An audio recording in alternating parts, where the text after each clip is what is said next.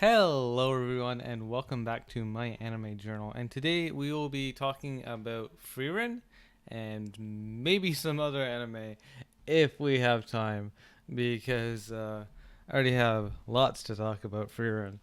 Not as much as Bochi. I'm not gonna be like doing like a scene by scene dissection, dissecting like every little aspect of this. But Frieren has a lot going on, and um because one thing is that the first four episodes all dropped at once, although I didn't see them all at once. I watched it like an episode a day. um but the first four episodes took place over like so many years. Um I feel like I should just go through this like spoiler free at first. Because I don't. I want to give like an idea of like what the show is like, um, so you can decide if you want to watch it or not, but also go a bit more in depth into why I think it's good, and uh, you know, for people who have already seen it and know what's going on. Um, Frieren is an elf, and elves live a really long time, and she has already lived a really long time, and though she's gonna live a lot longer. I think in universe elves are immortal, which isn't necessarily the thing with like fantasy creatures is that there's no consistency. It's so like you kind of need to know what's going on in universe to even like understand how these different creatures interact with each other. Because say like in Freeman's party, well, in their world, elves are like a critically endangered species. Uh, so there's just not that many of them. So even though making a party of only elves and just having like four elves to like go adventuring together, and you know that you're just, 1,000 years ago you were all friends, and 1,000 years in the future you're still gonna be all friends, and it's all nice and good, and don't have to worry about um, them dying. Whereas that doesn't have that luxury. There's just not that many elves, and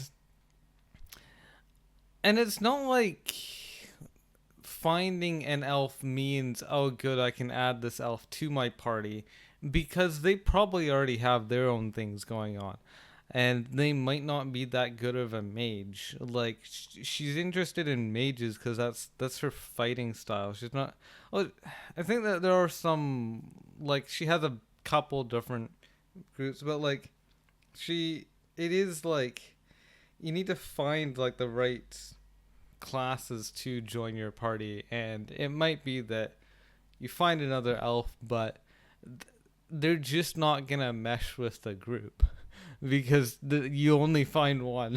Like there's just not that many around.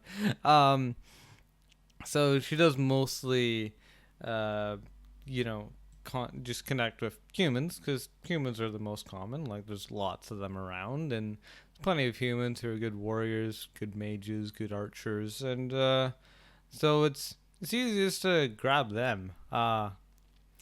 And maybe some other species, like she has like one, was it Aeson, um, is like the one um dwarf in her group, and dwarfs, that they at least last a bit longer than humans, but not as much as elves. So they're easier to keep around, but they're still gonna go.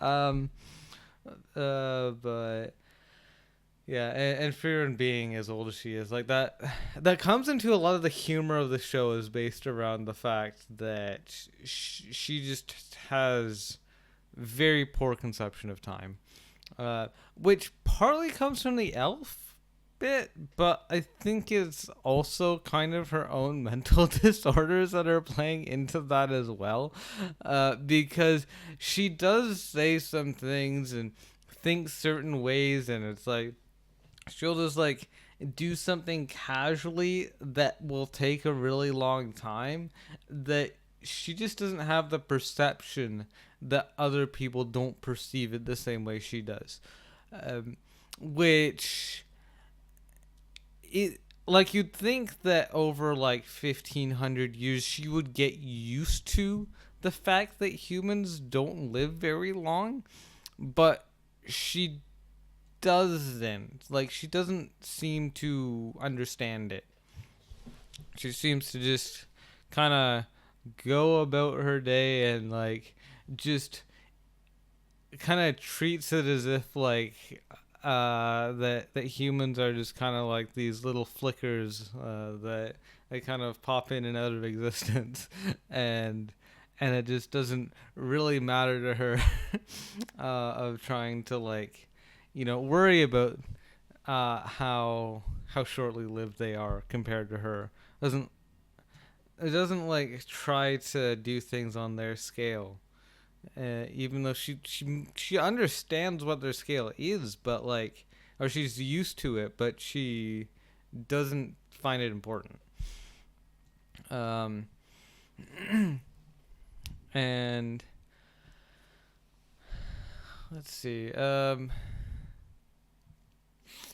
Yeah, in terms of other things of like why you would want to check out this anime, um, I've heard people say there's been like people talk about the fights. I don't really care about fights just as a concept, as like fights are usually just kind of boring to watch unless there's like a really good story component behind them. And some of the fights are impactful. They are important. Um, Other fights kind of just happen, but don't really matter. And like they're animated well. Like if you care about that, but like there's other anime to watch that would be better for seeing fights.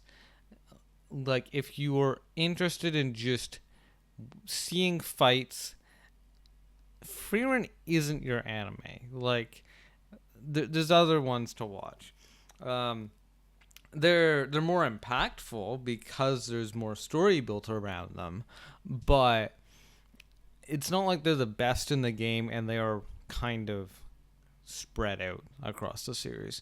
Um, the story writing though, now all of the characters kind of have their own flaws, which is good. Like you don't want perfect characters.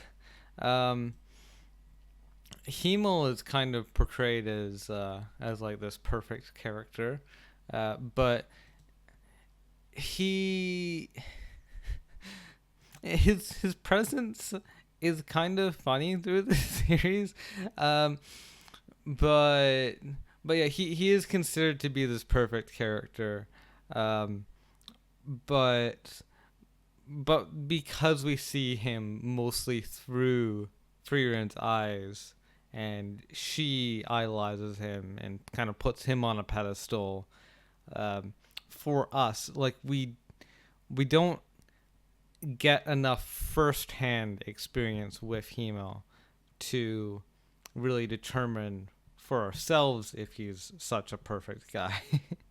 um, but uh, but yeah, everyone else, like, they definitely demonstrate their flaws, um,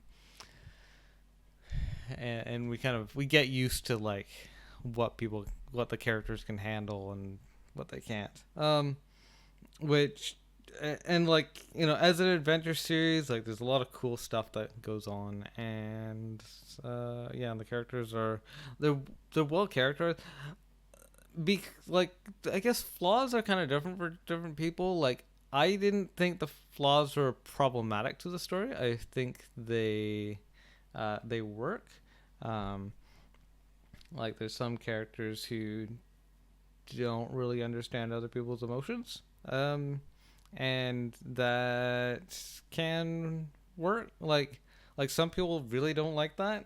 I think it works for the story, but not everyone likes that, and so yeah, kind of just approach it for yourself. Like, if it seems like a good series, if you like the idea of what it's doing, then give it a shot. But yeah, don't watch it for.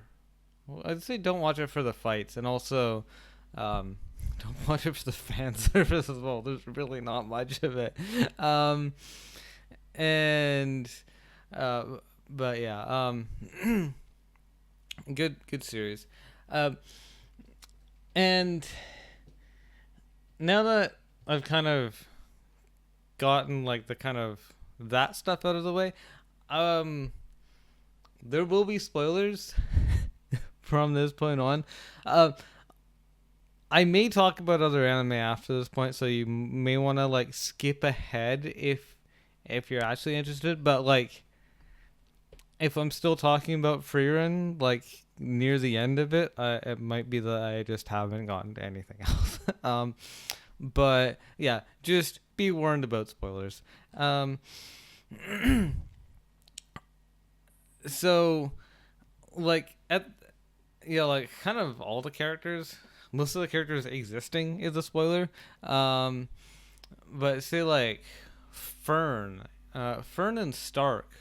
Well, because like in that first kind of like movie episode, like the first four episodes, that we see Himmel die at the very beginning.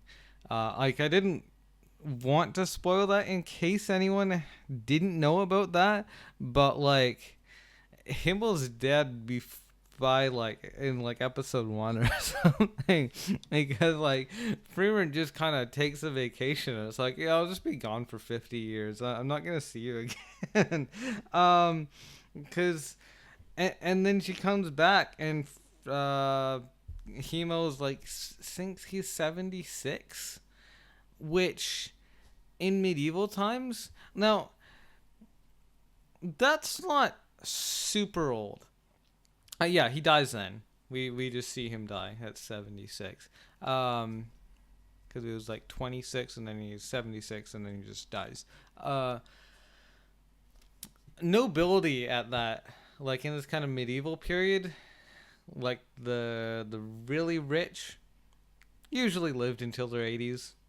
Not necessarily past their 80s, not like into their 90s, but like 80s, yeah, that's fair. Um, 76 isn't like, it's not like, oh well, he was already old for a human. Like that is a bit young. Um, and in fact, I think, what was it? The priest, Hater, um, he died, I think, a bit older. I think he might have been in his 80s, when he died.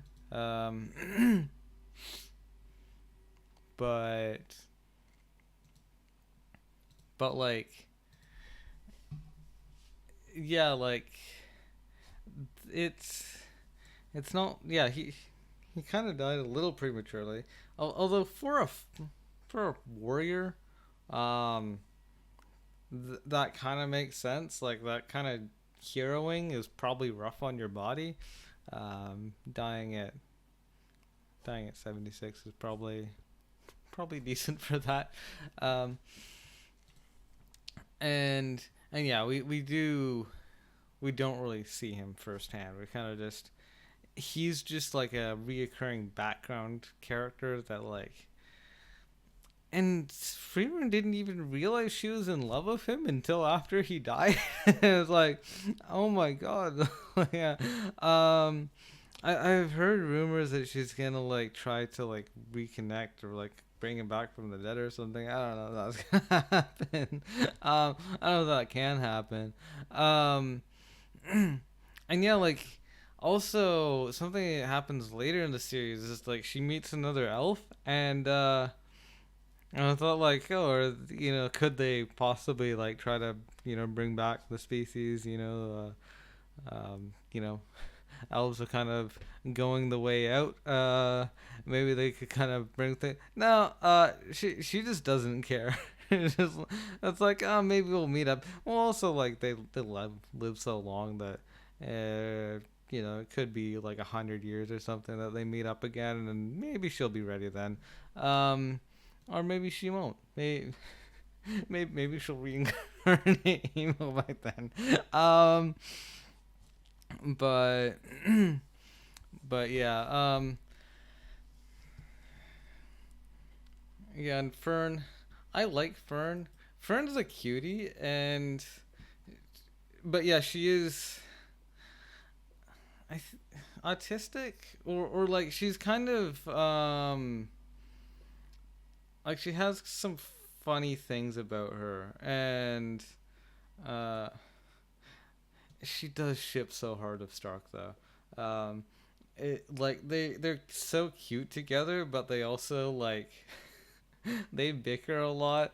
Um, it's kind of nice having like straight ships, cause yeah, like say like Frieren and Fern, I I can't ship them. Like it would feel wrong. Like they're cute, but like it is very much like a mentor and like student relationship that they have, um, which is nice, but like yeah, like it like they couldn't work romantically, um, whereas like, yeah, like Fern and Stark are like basically the same age, and they Stark kind of has his own problems, but like he's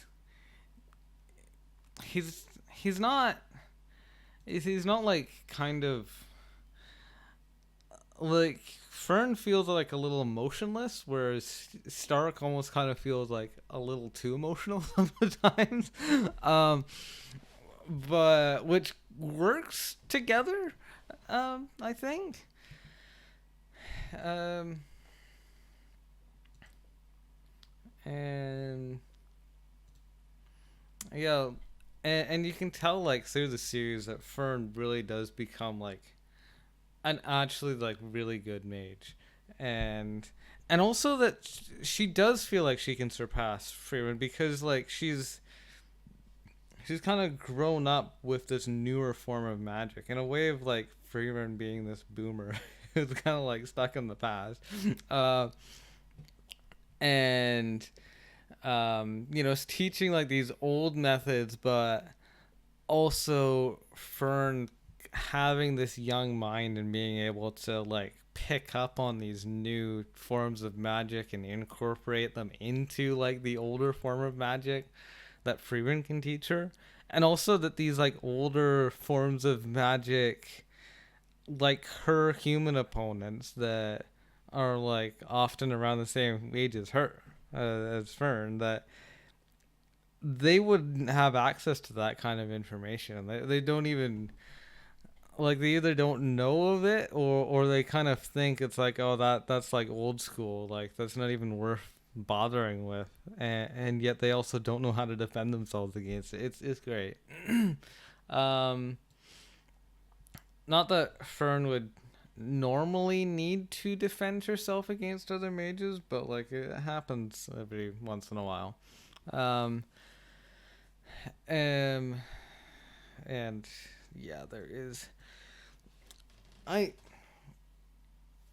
I think I've talked about this before, but I really don't like tournament arcs, or training arcs are also just kind of boring. But yeah, tournament arcs, it feels just like, oh yeah, it's just fighting. it's like we just have fighting for no real good reason. Um, their tournament arc, it is like I feel like it is Frieren doing it for Fern, because Frieren said that it's like I don't care about like these these mage exams. I know I'm good at them. I know I can pass it with flying colors. I don't care. I don't feel like in bothering investing the mental energy to go through this exam. Um that's gonna be invalid in like I don't know 100 years when they make a new one. Like what's the point? Um but she wants Fern to get it because for Fern it is valuable. Like Fern's still young. Like Fern's 18 when she takes the exam, and it's like you have your whole life ahead of you. You're a human. You don't live very long. It's important, and it's like by the time there is a new exam that's that like it's all reformed again, you're either gonna be dead or you're gonna be like retired, and you're not gonna be fighting people or monsters or whatever. Like it's not gonna affect you, the fact that there's this new exam. Whereas yeah, for Freeman it's like, well, who cares? Like I don't want to do these every couple 100 years. Referring is useful, and knowing like how long the exam takes, like I think it's like the last, what was it, 6 episodes or something, or maybe more. Um, that like I think it was it like a week or two or something. It's like it's a long bloody exam, and like I feel like Freeman would have been bored if she just let Fern loose on this exam and then just had to like figure out how to like occupy her own time. It's like, what the hell am I gonna do? What if Fruit just kind of runs off and it's like, I'm bored. I'm just gonna take a casual like I don't know 10-year vacation and come back. But by then Fern will be done her exam. Um, but it's like it because she has such a poor conception of time. It's like just to like govern herself, she kind of needs to put herself into the exam. So it's like, okay, I'm gonna be here for you if you need help. Like I'm here, and like because Freeman isn't put on the same team as Fern, but it's still useful for her to just be in the exam with her. um, but yeah, I did find the tournament arc a little boring. We got some cool characters out of the tournament arc though. Like Kane, I'm gonna be cosplaying as Kane. She's such a cutie. Um but yeah, and her friend, what was it? Kavine? Um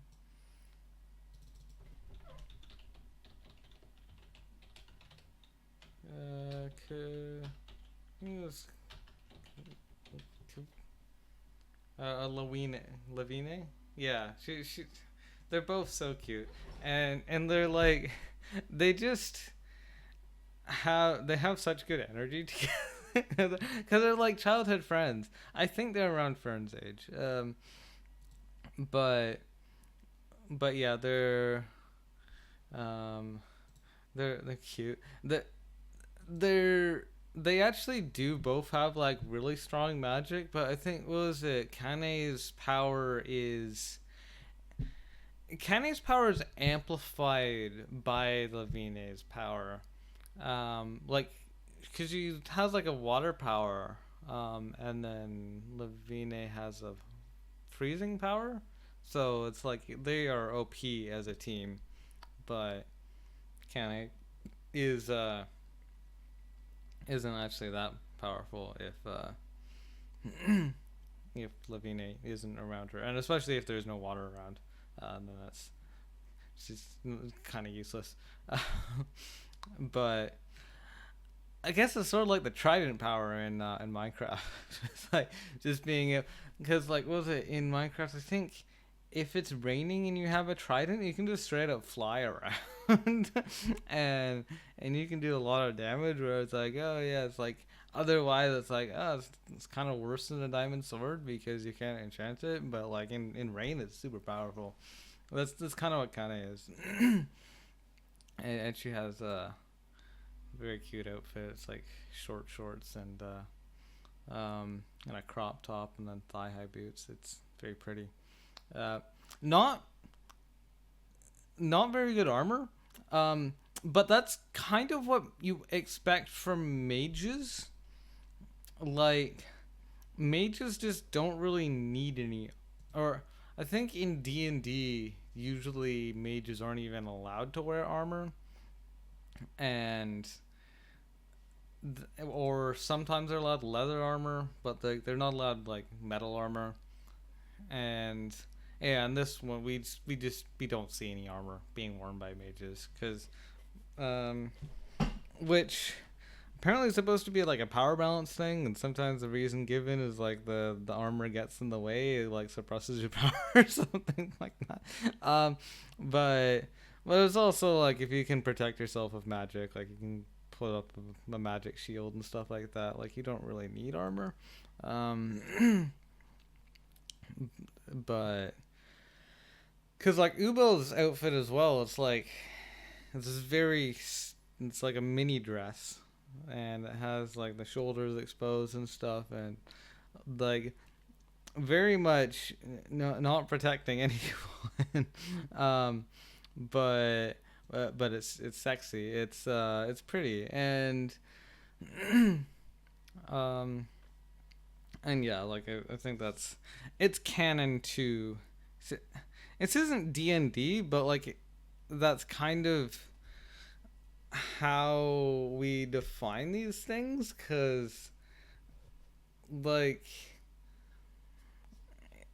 in terms of like D&D want the things to be balanced, or in RPGs and like in playable art, just like video RPGs as well. It's like you want the different classes to be um kind of matched, like you kind of have different stats and stuff. That's kind of why they dress like that. But it's pretty. At least there's some logic behind it, even if they don't say it. Say like Frieren is very much. She's not exposed, like she's fully clothed, but it's also not particularly protective. Um, um, but yeah, they're. Let's see what else. Hater, Hater is a weird guy. It's like the priest, cause what was it he? Like the way that Frieren even got Fern, because Frieren didn't want Fern, and he just like, I'm gonna die soon. I adopted this baby. Do you want it? Like, why would I want your kid? It's not even your kid. It's just some random kid you found. It's like, oh yeah, she's actually decent at magic. Do you want to teach her? It's like, yeah, fine. Um, because I guess Fern was probably gonna die otherwise, and also, like what, 20 years or something to raise a kid, like it's kind of nothing in Freeman's time scale. It's like, yeah, sure, whatever, I'll raise a kid for you. Um, and it also gives her something to do. It gives her a bit more like structure to her life to have someone to mentor, to raise. Because before that, like Freeman was just kind of, well, like, cause like there was like a decent gap between when Hemel died and when Freeman adopted Fern, and so like in between that, like Freeman was kind of just goofing around, not really getting up to much. but she kind of, I guess she kind of just wanted to keep on goofing around. um, but it's like, here's a here's a duty. Here's an obligation for you for the next, I don't know, 20, 30 years. Um, and I mean, she could stay with her until she dies, but like she doesn't necessarily need to. Um, right now, like at 18, Fern can't really do her own. Oh, she's a capable mage, but she's also still fairly young. Like, um, and maybe one day she'll marry Stark. Who knows? Um, haven't read the manga. I don't know if that happens. Imagine it'd be cool if Kana and Levine could get married. But I don't know if they have that kind of marriage in their world. No, I think they might have been okay with it. I think so. I can't remember. Um, like in real world, medieval times, they weren't really okay with that. But I think in the kind of fantasy world, I think they might be fine. Um, but yeah, they're very cute together.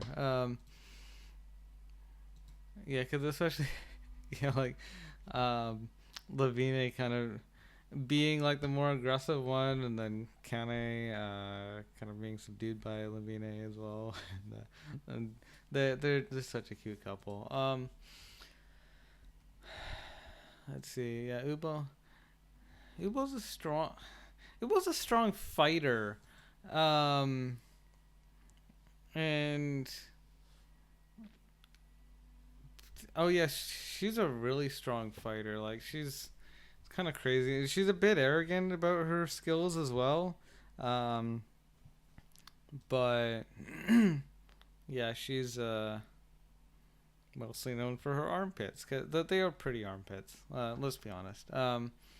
But yeah, like in terms of like as a character, like she's not super interesting. Um, like especially compared to like a lot of the other characters, like there just doesn't have a ton going on. But yeah, pretty armpits. Um, I know there's also, yeah, Denkin is an old dude, Imperial Mage. Although he still has all the color in his hair, which is interesting. Like he kind of has like a very long beard, but like because it's like still brown, it's like might be like 60 or something. I'm not actually sure.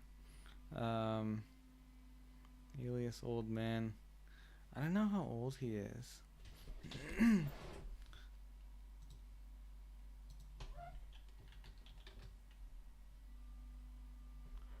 Age 78. And he looks good for his age.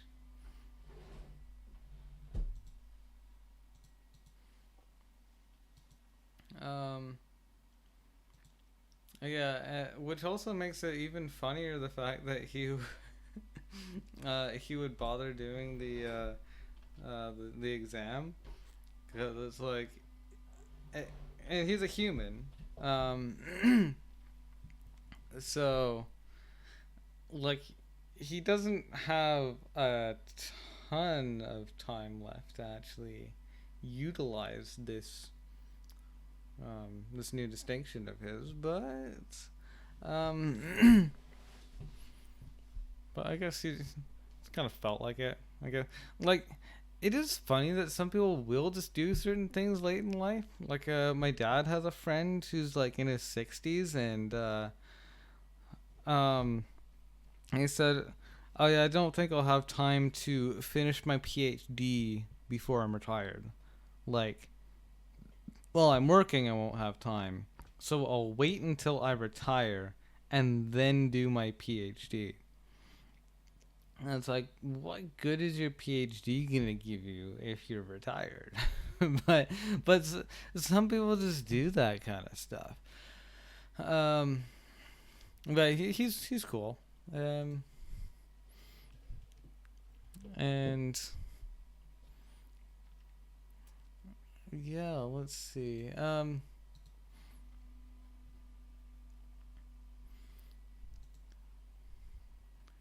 Yeah, and Aura, Aura's arrogant. You know, she's like one of the like what like antagonists that she has a decent power of like being able to control others just by having more mana than them, which she usually does. But she, like she's not that interesting of a character. And like yeah, if Frieren had less mana, she would have been hard to defeat. But because Frieren has a lot of mana, and because Frieren has put so much time and effort into hiding her mana, that it's like Frieren hiding her mana has just become second nature to her. That kind of got past Aura's defenses and defeated her. Like it just wasn't that interesting of a fight. Like it, it's it's like the fight. It's more of like the mystery aspect of the fight, of like because it was kind of to us the audience. It was sort of this coin flip of like, does Freeman have more mana than her? Because she says it's like, oh, no one has more mana than me, but at the same time, we know that Freeman has a lot of mana, and just her um so it's like, you know, once you come to that, it's like it's just a toss up, and it's either Frieren gets on, it becomes under her control, and then probably somehow escapes it, because like we know Frieren's good at escaping things. Like she escapes the mimics all the time. That's just become a normal thing to her, because like she's powerful enough that she can just break out of things. That it's oh, I'm in a mimic again. Like it's a bit of loss of energy to kill the mimic, but like once the mimic is started eating her, but it's like who cares? It's worth it. Like what if? Because like in terms of like the gambling thing of like if you know, if this turns out to be a real treasure chest, then I'll get treasure. If it's just a mimic, then I'll get slightly injured, and my clothing will, I'll probably need to repair it, and and I'll lose a bit of energy, and but overall, you know, you weigh out the risks and the rewards, and it's like, yeah, let's go for it, and and so like knowing that she kind of has this power to like get past things that like she probably would have found a way out even if she technically did have less mana, but yeah, she had more mana, so she just overpowers Aura, and and it's just an easy fight. um yeah, so not that is also, it is kind of funny that it's just like it's like a measuring contest. That's literally her power, is a measuring contest. Imagine imagine if there was, if like she is a woman, but like imagine if she was a dude. If it was like, if that was the measuring contest, because like mana is kind of that analog to your item, that that it is, and if it's just like a it's just like, let's just get ours out. If mine is bigger, then you become my slave, but if yours is bigger, then I become your slave. um but but yeah, um yeah, mana is sort of like that, but yeah, and she is kind of cute, but like the other girls are cuter. Fern's cuter, Kanna's cuter, Frieren's cuter. She, I don't know. Oh yeah, Linear is cute. But Linear also just isn't that good of a fighter. Like we know that she has some good fights, but like she's just like she was kind of like too easily overpowered that she's just not that interesting. Um but yeah. Um and also like we leave off after the tournament or it it does feel like a very much first season, and I've heard that this season one adapts about half the manga, so like although it did start in 2020, so maybe there'll be lots more. Maybe we'll have 5 or 10 seasons, who knows. But yeah, like right now it is season one. It is sort of like a cross between Aniyashike and Battle Shonen, which is really kind of a funny combination. Um, but although I mean, say like Railgun was sort of that same way as well. But yeah, I think if it keeps progressing, like this was season one, if it keeps on going up, we get more nice adventures and more cool characters who have like cool strange powers, and maybe better villains, maybe maybe ones who are a little harder to defeat. um, like saying the tournament arc, there were some good fighters that they had to go against, but at the same time, it's a tournament arc. Um, it is kind of weird that in the tournament, like it's just like, oh, it's an exam. Oh, and by the way, guys, if you kill each other, that's fine. And it's like, what? Yeah, like that's all right. No, no punishments or anything for killing your opponents. Um, Definitely punishments for killing your teammates, because if any of your teammates die, then you lose. You fail the exam. Oh yeah, kill your opponents. Go ahead. Who cares? Like, or don't. Um, like, cause like say like the exam had 2 stages, and the second stage, it was better to, like the second stage was a team effort. So but they didn't know that. They weren't told, by the way, like, you're allowed to kill your opponents if you feel like it, but at the same time, in the next, um, in the next part of the exam, everyone's going to be working together. So keeping people alive will actually be beneficial to you because you'll have more minds working together, more powers as well. Like it might be that these people who have these cool powers might be able to defeat the dungeon enemies better than you can. And so you might want to keep them alive. It's probably better to, cuz like the first part of the exam was just like get a bird. That was it. It was just like there are birds around. Get one. And if someone else has a bird, like you can steal it from them. You can kill them and steal it from them. You can also just I don't know, knock them unconscious, overpower them, or just like injure them, and make it so that they can't prevent you from stealing their bird. Maybe they'll recover by the time the next part of the exam. Like, it is beneficial to keep them alive. Sure, like them being alive means they might steal the bird back, but at the same time, it is useful to have more people in the second part of the exam.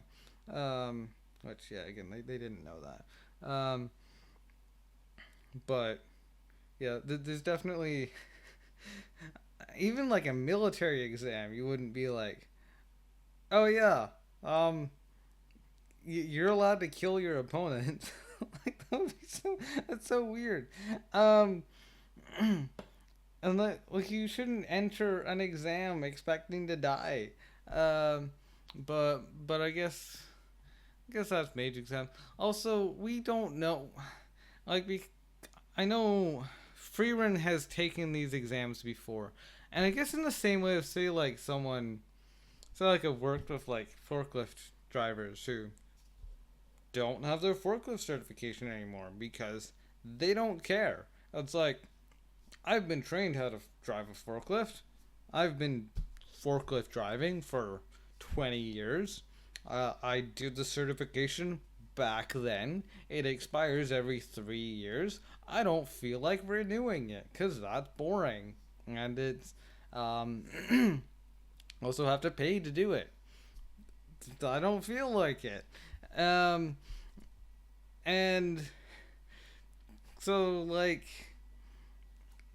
yeah, like, kind of renewing stuff is boring. But, like, if if during like a forklift certification there was like, oh, you have to like, imagine if it was like, if there was like a forklift competition that you had to do to get your certification and you're allowed to kill the other competitors, that we would have fewer people who are forklift certified, and there would be even more resistance to bothering to renew it, because if just like, your regular renewal of this certification involves potentially being killed, you're probably not gonna do it. Um, so like allowing murder isn't really good for an exam because it makes it more of a prohibitive thing. That's like you're not gonna get as many people certified, and there's gonna be people who are really good at what they do who aren't certified because they don't want to do the exam. Um, but yeah, that's Frieren. Um, I've already gone well into spoilers. Um, also gone well into time. I knew I had a lot to talk about. So that's fine. It's already a long enough episode with one anime. Definitely not as long as the Bochi one, but it's long. So yeah, I'd say that's good for now. Hope you enjoyed. Um, do you any of your opinions differ on mine about Frieren? Like anything you want to add? Um, and hope to see you again next time. Still have lots of anime to talk about. I, none of them will take as long to talk about as Frieren. I do have Ask Class. I saw that. But yeah, that'll have something to say about that. Have some other shows here, but yeah. Um, Thank you for watching. Hope to see you again next time, and goodbye.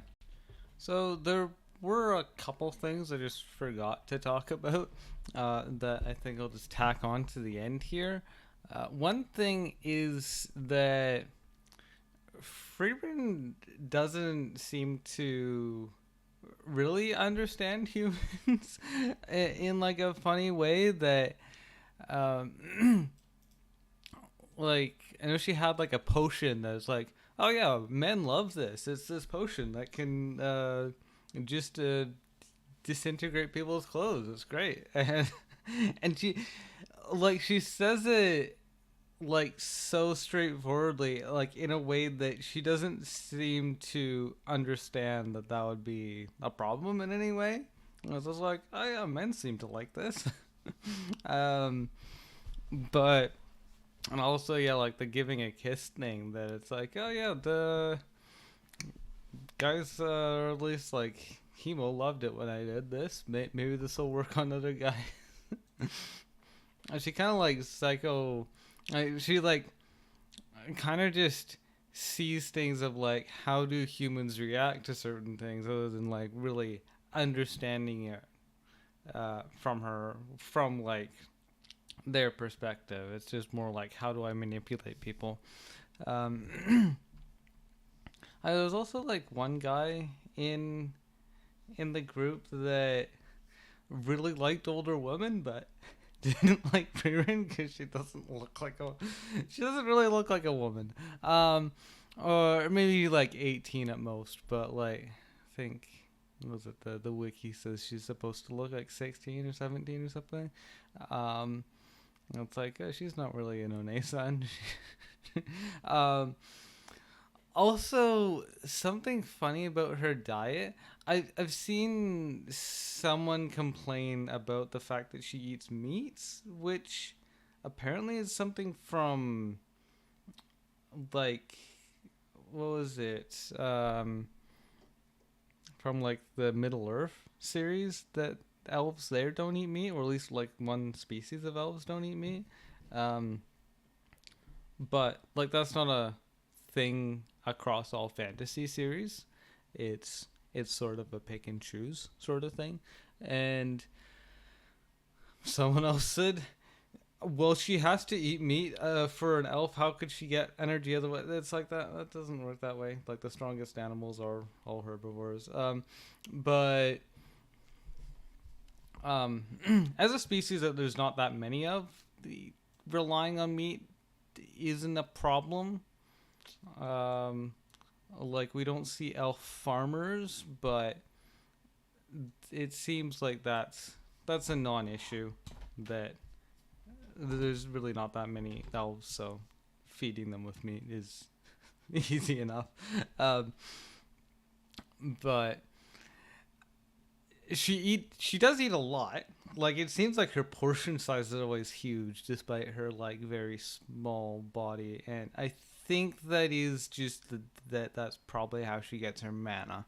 Um, that she just needs to eat a lot to get enough.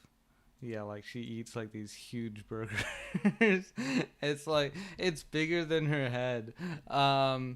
And I was like, why doesn't she get fat?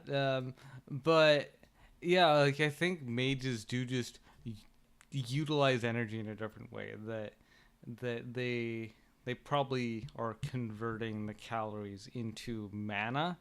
Um, so it's like if they don't need all of that energy to, uh, it's like for us, the way that we store energy is in fat, but the fact that their mana system that they have like this kind of secondary form of energy that they store on them that can be suppressed, like it's like this aura that they give off, but like they can suppress it.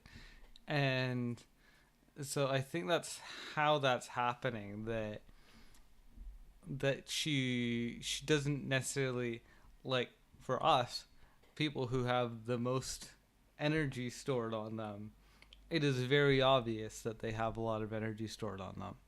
Like we can visibly see it. There's no way of suppressing the fact that you're morbidly obese. And it's like, oh, I didn't realize that that person was 600 pounds. Um, Whereas with mages that like they naturally give off an aura that other mages can detect, or I think even just regular humans can detect, but really good mages can also hide that they don't.